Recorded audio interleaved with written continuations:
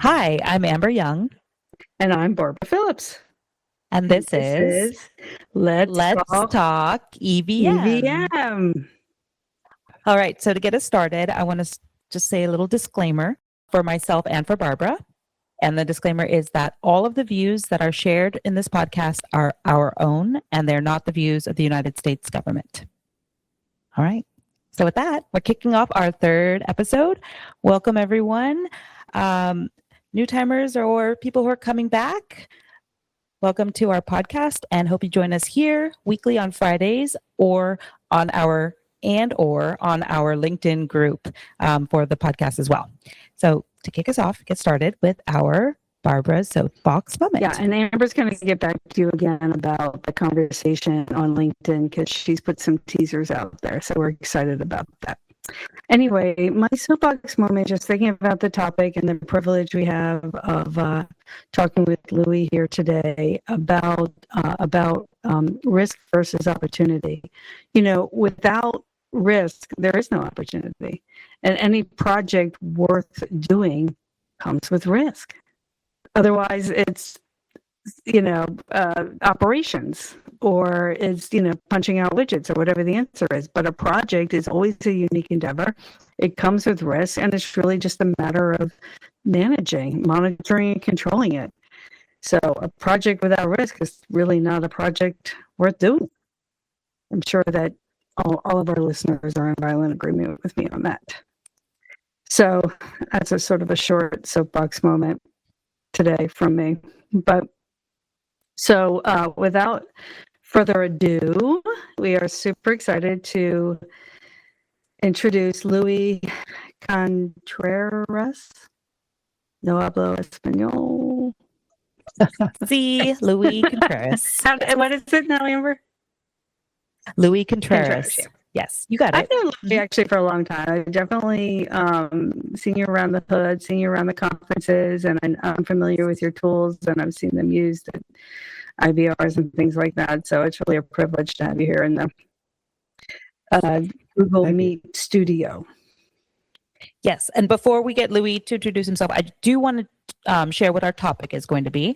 So this episode will be airing during the month of February, and our podcast theme for February will be love and all things about loving EV. And with Louis, we were talking through the topics and we decided to do a love, hate, love sandwich for EV. So what do we love about EV? One hate in the middle and then some love at the end. So that's where we're going to go. Turning it over to Louis to please introduce yourself. Hi there, I'm Luis Contreras. I'm the CEO of AzTech International. We've been doing EV for longer than I want to admit, but I am passionate about EV. I love it, and I know it's a useful and effective tool, and I've seen it used across both government and industry. And yeah, we do both earned value management, scheduling, and we also do some tool development, and love automating and streamlining EV. So I'm really excited to be here, and I'm honored to be here. So looking forward. And another tidbit that Louis didn't mention, but I will. I was exposed and learned about EV in working with Louis. So the esteemed honor and privilege of working under Louis for many years, a decade plus. Yes, very much. So thank you, Louis. Thank you. Okay, so kicking us off, we want to start our what do we love, hate, love about EV with some things that you, Louis, love about EV. And the first one that we had talked through and would love you to give us some explanation, thoughts, examples on is how we love that EV can be a game. Yeah, one of the things that I thought about in coming into today's podcast is I love the certainty and uncertainty of EV. And both of those lend themselves to the idea that earned value can be like gambling, or project management can be like gambling, like a game. And whether you love or hate the idea of gambling, project management and earned value management, kind of like Barbara said, is all about risk, and it's about betting on outcomes. Right? We're always trying to see where's the program going to finish, when is it going to finish, how much is it going to cost. So we're always placing bets because it's unknown.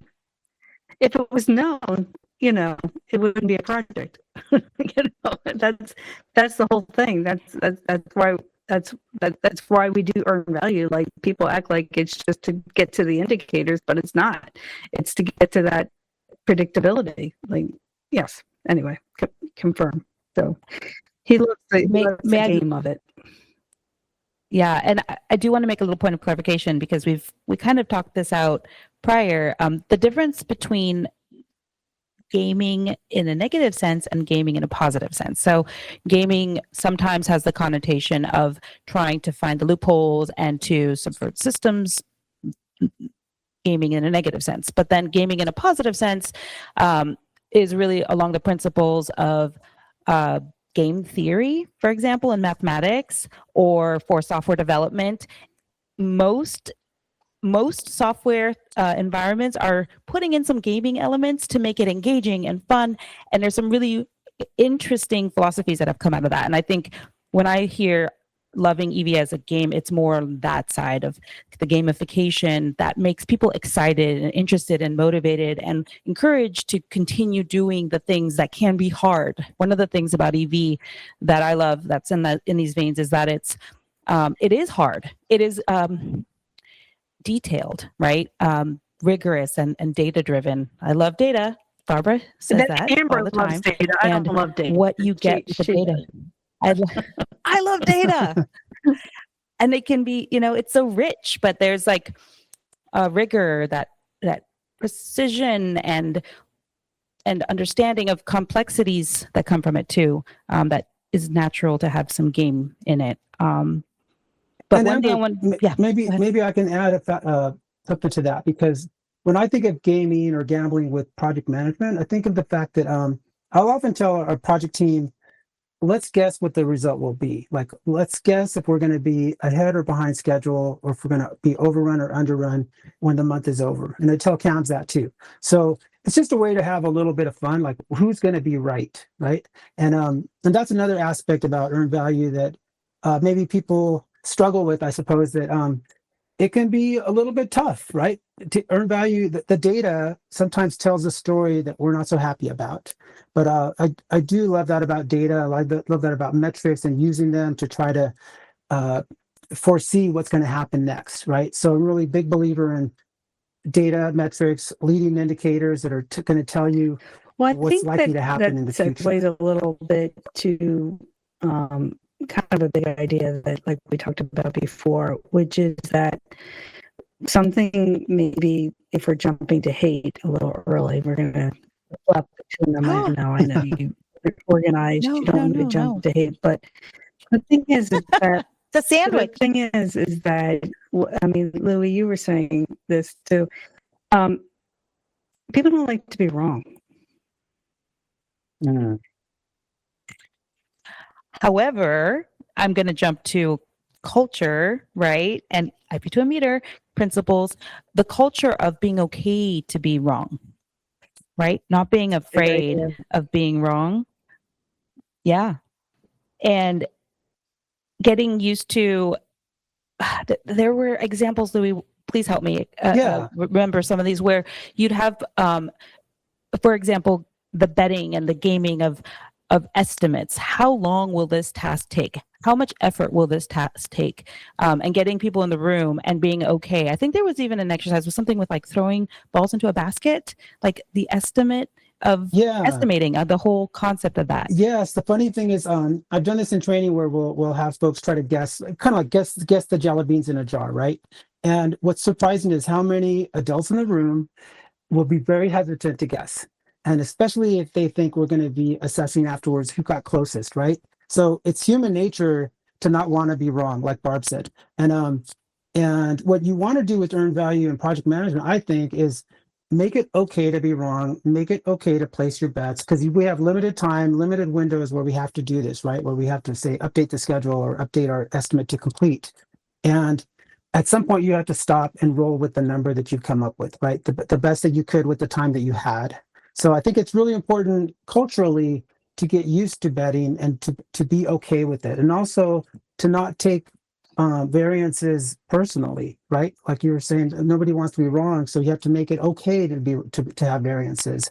And now it's about explaining them and having a good explanation for them and a good corrective action plan. I hate to quote myself, but sometimes you have to do it. I mean, but my soapbox moment when we were talking to Ivan, well, or not soapbox moment, but an anecdote was that in a conversation that I had, through my work, was a project that was really, running change control in an extreme way. Like, hey, let's create a control account worth $10,000 that's going to span 3 years. And it's going to be, the scope of it is to review invoices. Okay.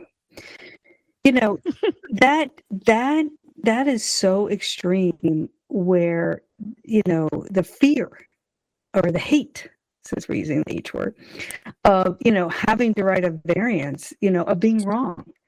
So they're willing to sort of jump through really small hoops to ensure that they don't exceed a threshold that requires them to write it up. Thoughts on that? It's almost, gosh, you're almost making me want to jump to the other side of the sandwich, so I have to be careful. You can jump. We're free here. I know Amber's very organized with the rest of the All right. Do you want to give us 2 loves and a hate? Are we doing that? I mean, if you talk about, say, a variance analysis review, right? I like to call it a VAR party, okay, variance analysis report party, just because it's a little silly. Let's face it, nobody thinks it's fun to write about variances or to review variances. But I like to call it a party just because it's trying to set a mood. Like, okay, we're in this together, we're a team, and we're gonna have a little bit of fun when we do this, right? We're gonna laugh a little bit. We're gonna encounter some real issues, real problems, and some impacts that we're not happy about, and then we have to come up with some corrective actions. But have a little fun with it, right? That's part of my philosophy. No, I love that about it. It's really about the culture and about the environment, and whether people are threatened by having to write a VAR. Like, it's, if you're really in it and you're the one who created the estimate and created the plan, and then it's management by exception, or values management by exception, you're looking for those, you're setting a baseline with a challenge in order to pop variances so you can do what? Take corrective action. That's the purpose. And if all you've done is, done a bunch of changes just in time in order to smooth over those variances, then you really essentially defeated the system, and you're really not percolating to the top those issues that need correcting. And you're reminding me, Barb, that on any program with any number of control accounts, you're going to have some that are going to turn red, right? You're going to be overrun or behind schedule. And what you really want to try to do is have a culture where it's okay to be red. In fact, it's very likely that you will be red in some areas of the program, probably the most challenging areas, right? The most technically challenging, the most challenging engineering problems, right? So it's almost expected that we're going to be red. So when we are red, it should never be a sort of finger pointing or something that CAMs should take personally, nor that program managers should use, say, to beat the team over the head, right? It's going to be collectively, how are we going to try to solve this? What are we going to do to try to mitigate this problem? So it's more that angle of trying to love the red, right? Don't be afraid of it and embrace it. Embrace the red. Yeah, I don't know. Love the red is very extreme. Hearts are red typically, but yes, it is Valentine's. Yeah. Oh boy. Okay. Well, that is go ahead, Amber. I was going to say, that is the PM's job, right? The CAMs bring their problems to them, and that's their job, is to help, get that obstacle, get that challenge out of the way and get them back to work, whether it's a scope change, a resource change, a budget change, a schedule change, that would get, ensure that everybody's on track. It shouldn't, I mean, staying red is fine, but, earned value is all about trending, right? Red is not red, it's not red. Are you, is the CPI continuing a downward slope, or is it, steady, or is it improving, but still below, the traditional, whatever it is, 0.85 or 0.9 or whatever it is that people set it at? What constitutes red is in the eye of the beholder anyway. So I think that if you avoid the variances and you do a lot of change control, you're really, really, again, defeating the system and what it's there for, which is the... Yeah, and I think we would all agree, just like Amber, you pointed out about gaming, and in my experience, I would say that I've really never seen people actively game the system, really try to beat the metrics, if you will. Yeah, you might see it now and then in, like, I don't know, in our worst moments, maybe that happens on any program. But generally speaking, in my experience, both on the government side and on industry, folks try to be pretty honest with their data. They really want to know the truth, and they want to know where they're going to be.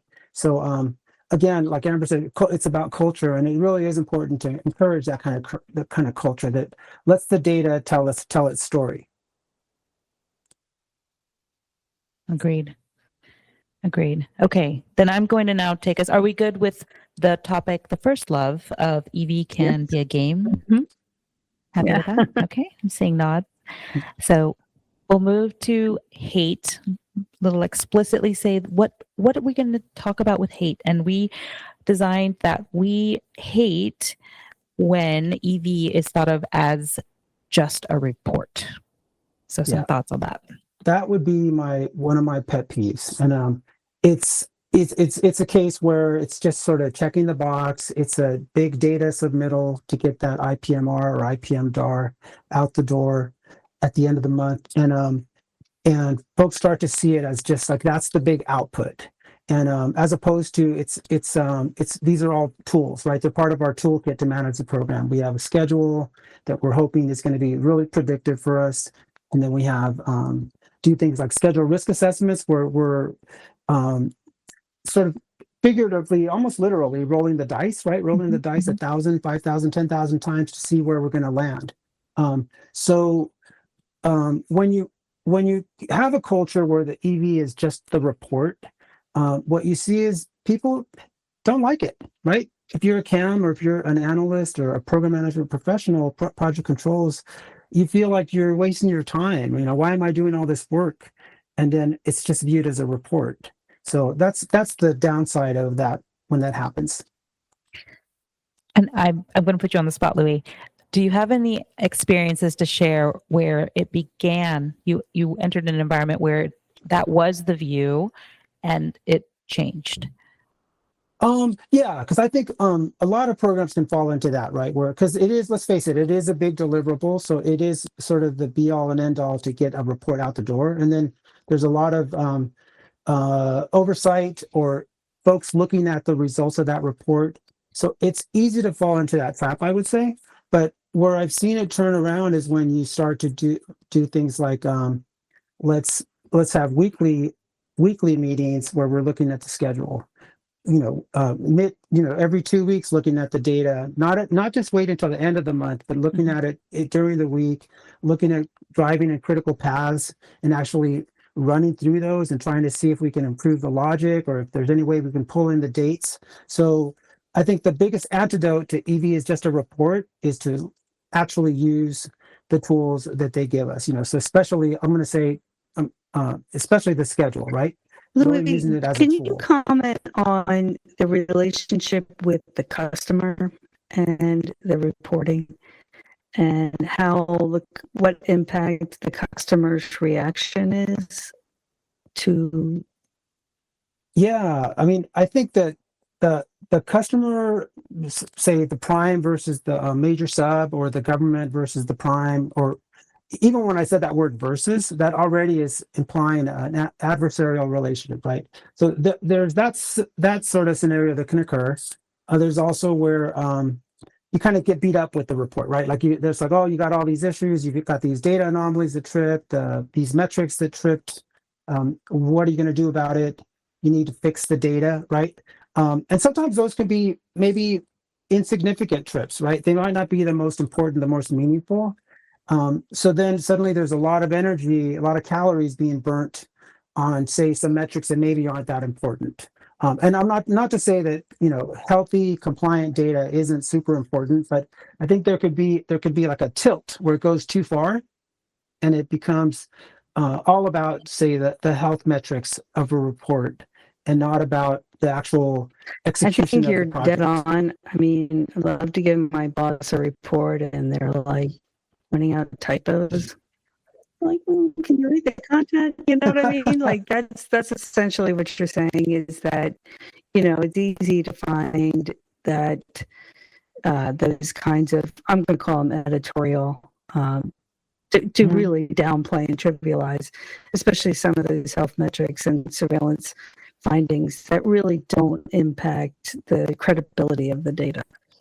And yet, I Yeah. really did enjoy reading, and I haven't really seen it executed, unfortunately, but reading in the EVM SIG or the EVM IG, there's an interpretation guide, and then anyway, it doesn't matter.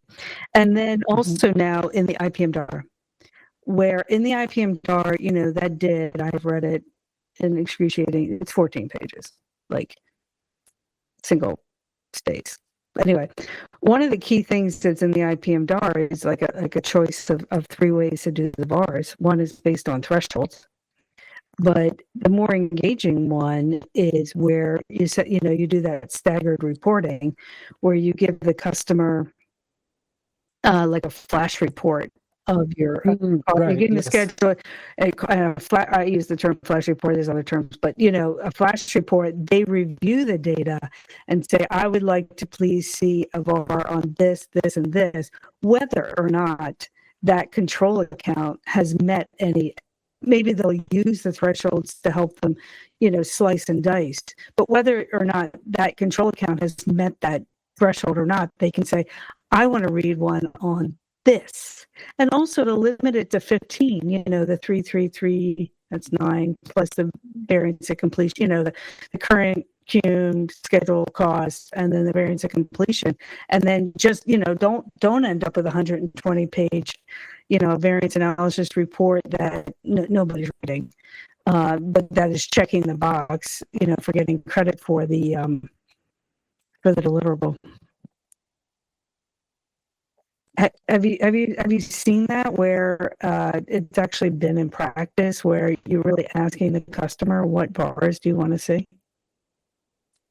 I don't know if I've seen that. I definitely have seen the flash report approach, and I like it. Although it can be used in a problematic way. If you give flash data, by its nature, it Errors could in have it. some errors still, right? Yeah, you're not quite done with the data, so you have to be careful not to be too reactive about it. So hopefully the customer wouldn't be reactive about it, and then it becomes an extra burden just to try to explain the preliminary data. But I think the idea that let's be adults in the room and professionals, and allow us to give early indicators of our data, and be quite okay that the data could be wrong, right?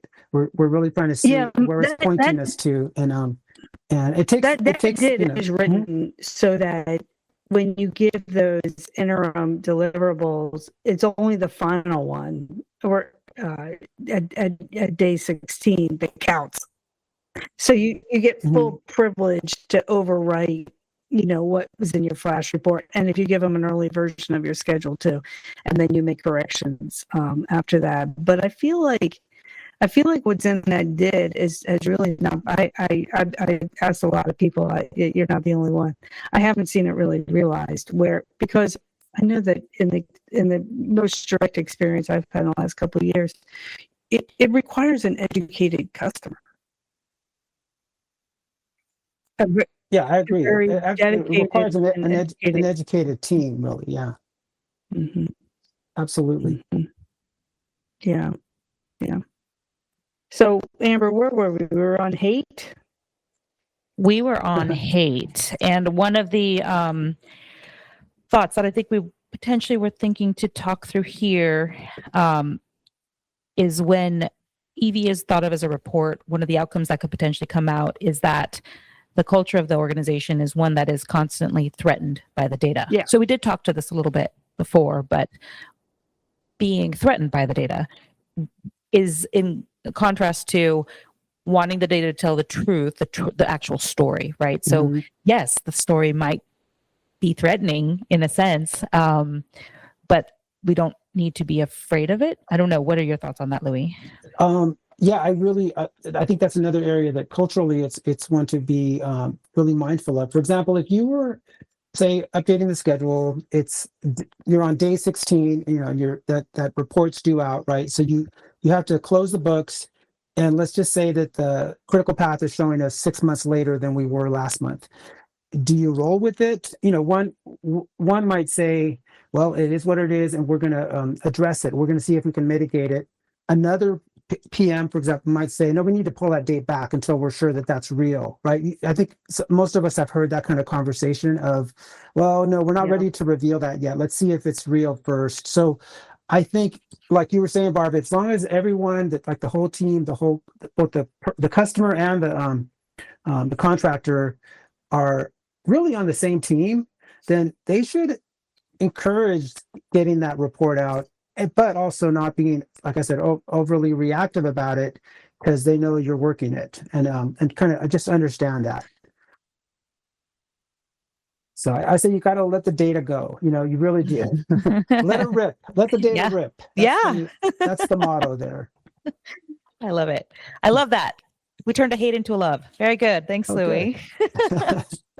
Okay. And then to close us out on our love sandwich, the last component that we were thinking through, we touched on it a little. Barbara, we brought it into the first section of love, but loving the certainty of uncertainty inside of EVM. Yeah. Okay. So, I mean, we kind of talked about it, right? It was as far as the whole gambling nature of it, and I guess one of the aspects to that, to elaborate on that a little bit, what I love about the certainty is that I do think that by and large, It's even always with an faulty data, right? Because we never have perfect data, but as long as it's mostly credible, yeah. But as long as you have, decently credible data, it's going to be telling you some good information, and you can so in other words, that data is pretty certain, and it's predictive, and you can ignore it, but it will come back to bite you if you just think, no, that can't be right. Yeah. But the uncertainty of it that I do like is that you never know where the VAR is going to come from, really, right? I've been on many programs where folks say, oh, the big risk is on this control account, and this one we're not worried about at all, or these tasks are going to be the drivers. And then, in a complex schedule, it turns out to be something else. It turns out to be the supplier that we didn't, weren't expecting to cause a problem, or this hardware, or something that didn't happen on a prior program. So that's the uncertainty part that I kind of like, because it keeps you on your toes, right? You're constantly, like, as an analyst or a project controls professional, you're constantly on your toes with the data, and you're trying to stay one step ahead of it, hopefully, right? But so I like that part of it. It makes it not so boring, right? It's not like nothing against accountants, but I think in EV you get the some of the science of the data, and then you get some of the art of like you first started, Barb, the art of risks and opportunities, and trying to find them and identify them and then make them happen, right? Meaning maybe capture the opportunities and mitigate the risks so they don't get realized. So that's maybe the uncertainty part that makes it fun. It makes it a challenge. When it like really, really percolates to the top. I once had an experience as a scheduler, senior master scheduler, and that PM really watched, correct me, what I think it's the CEI, Current Execution Index, So Mhm. that Mhm. that metric is asking you, okay, so you're in January, what are you going to do in February? That's it. Just 1 month ahead. You know, those forecast dates at the end of January status, what's going to happen in February? And at the end of February, did those things get done that you thought were going to get? Did I get that right? Yeah, Based you did. Actually, Barb, I love you right now because we did not discuss this, but CEI just and, happens to be my favorite metric. and No, BEI, you said BEI, CEI. But Don't, Yeah. don't but try CEI. to, but No, it don't is. try to, no, I come know. on. I I said, know. but I'm going to tell Yes. you why Okay, tell CEI me is about it. was a very interesting metric. It doesn't care about earned That's right. value.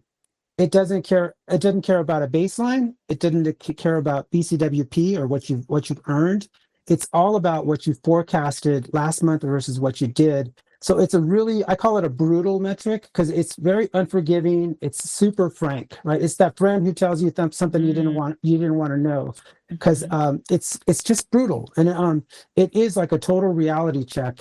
And there is no magic bullet for improving CEI. I mean, I think you have to like look at the project, the unique circumstances of the project and or the CAM or the the area where we're having execution issues. And that almost gets us back to what I love about EV, because it's that the surprise of CEI. If you've ever delivered the news of CEI, right?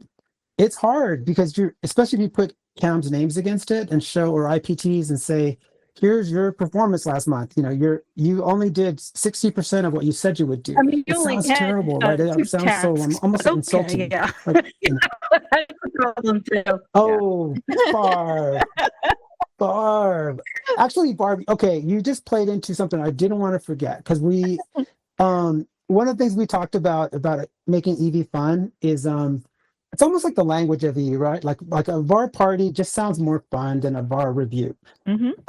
We also talked about being a culture that embraces oops and yikes. Right? Oh, we haven't talked about that. Yeah, Yes. Please, Louis. and Yes. yeah, because oops and yikes, they're kind of fun words, right? And oops is saying, yeah, we had some mistakes. Yeah, we have some anomalies that we didn't catch. Yeah, we forgot to use estimated actuals, or one of the CAMs was on PTO and didn't claim performance. So we're not really behind schedule. We just didn't claim it properly. That kind of thing, right? Those are oops. And you kind of embrace the oops. They're going to happen on any given month, and just explain them, right? And then there's the yikes. Yikes are the ones where they surprise you, right? Like we suddenly turned out to be behind schedule. We were not expecting it, or we suddenly got an overrun and it's popped the threshold. So if you just categorize VARs as oops and yikes, it becomes a little bit more fun to talk about them, and it reduces that anxiety and the drama behind. Yeah, that's right. I actually that. had that in my note, the oops and the yikes. Well, in my experience in the scheduler, this particular PM wanted a variance explanation for every forecast that wasn't met. Yeah. Ooh. So we just developed a little spreadsheet. It wasn't like, an individual report, and in program control, we just kind of, well, actually the schedulers, as we were grabbing status. Oh, you said this is going to be February 9th. Now you're pushing it out to March. Okay, why? And we documented it. And I mean, that was a lot of information. I love EVM. I live for EVM. I breathe EVM. Everything about EVM. But I thought, oh my goodness, this is really working. This is really zeroing in on what is not happening. And the person just yesterday said this was going to happen. And you know what I mean? It isn't like oh, well, you plan that a year in advance, of course. But it's like, what didn't come in, or what resources get diverted? Oh, that didn't happen because you took all my resources. Oh, okay. Or the part didn't come in. Oh, okay. And then the PM really learned a lot. Like, okay, these are the challenges. Are you guys there? Facing. No, we can still hear her. I'm out. Okay. I have to tell you, Barb, I've been on programs that do that, and I do think it's an interesting approach. Sometimes it can seem like overkill, right? It could seem like, wow, you have to write something about every delay. like not even, it's the opposite of management by exception, right? Where you're managing just the big ones, the significant ones. But so it can seem almost crazy, like, oh my gosh, you guys are, this is overkill. But if you do it and it's just sort of quick explanations, it really is managing that project. And it goes back to what we talked about earlier, that if EV is just a report, it means you're just waiting to the end of the month to report out the data. If you're doing what you just said, Barb, programs that do that, like weekly or bi-weekly meetings where you're actually looking at certain tasks at that lower level, you're going to be on top of things and you're going to have fewer surprises. But you have to just be careful. You got to be careful not to overkill it. And yeah, that's the art. That's the art part of EV. I agree. Yeah, no, it's fun. All right. Well, I think this was great, and we might be wrapping up. I see some head nods, so I'm going to do a little round of Amber's amblings. I have 4 or 5. Sorry, I've got a lot today. I'm just gonna throw out random thoughts that I had, and then pick any you choose. We'll do a round robin around any other thoughts you guys want to talk about, and that's it. So, all right. So here are my amblings. When we were talking about bets and the estimates and how you just get used to making bets on your estimates. My thought there is that they could become more and more informed and that they should become progressively more intelligent bets, right? It's not just the same level of betting with unknown input. Every month you get more input. So I think that's really important. Mm-hmm. Curious if Louis has seen that. But we'll jump to the next one. Second one, talking about data, a principle called CAC-RAC. So when we're looking at data, there's the CAC-RAC principle philosophy, trying to get data that's current, accurate, complete, repeatable, auditable, and compliant. So always striving to have that data be more towards certainty, like Louis is saying. Management by exception, number 3. I know Barbara said this a few times, and one of my initial reaction is that it's a pessimistic type of viewpoint. And I tend to want to think more optimistically and think more about where can we go with EV, kind of in the Maslow pyramid of hierarchy of needs, but the hierarchy of EV analysis, the management by exception is kind of the negative base. We want to elevate higher and get to places where the data is giving us insights that'll help us more lean towards success and performance and share those with other projects that might be challenged or have friction points. So I don't know, there's something there for me about the management by exception that I'd love to explore sometime.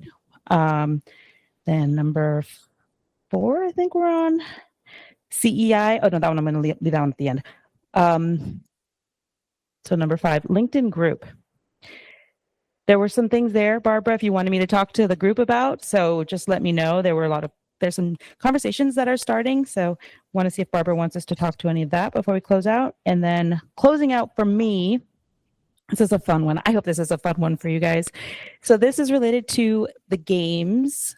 So in talking with Louis and talking about EV as a game in a positive sense, and then we talked about CEI and how it's a brutal metric and it's super frank.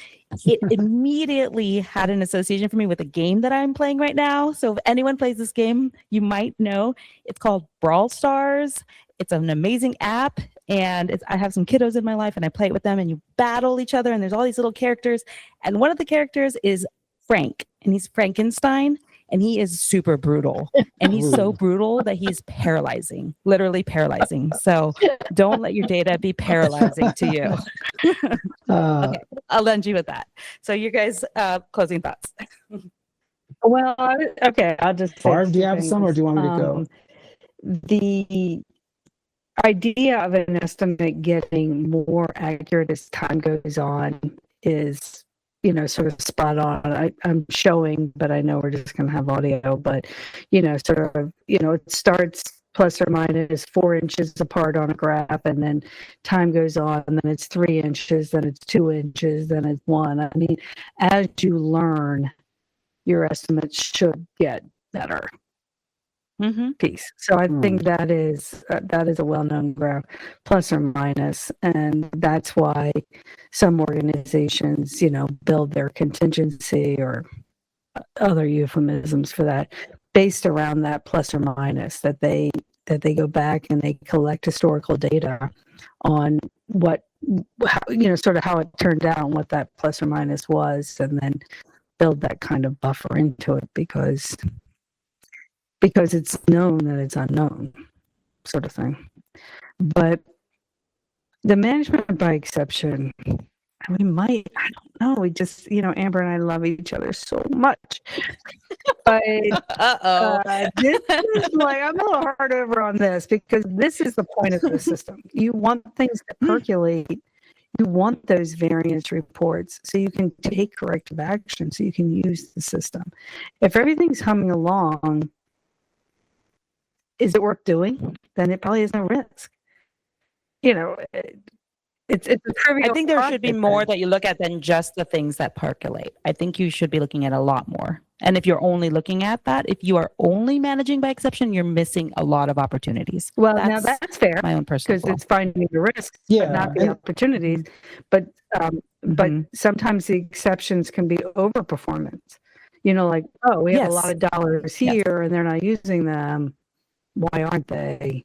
Maybe there's opportunity to rescope that, or to do some rebaselining or something. But that's also an exception of sorts.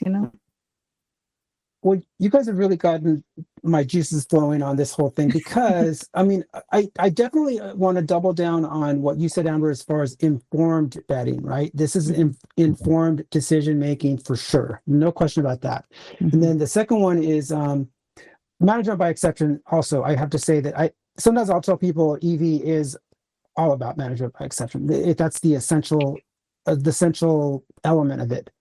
But the other part that you reminded me, especially with good old Frank, is I actually have a theory, or I have the idea that tasks and even projects and even control accounts are like people, like they're like persons, personas.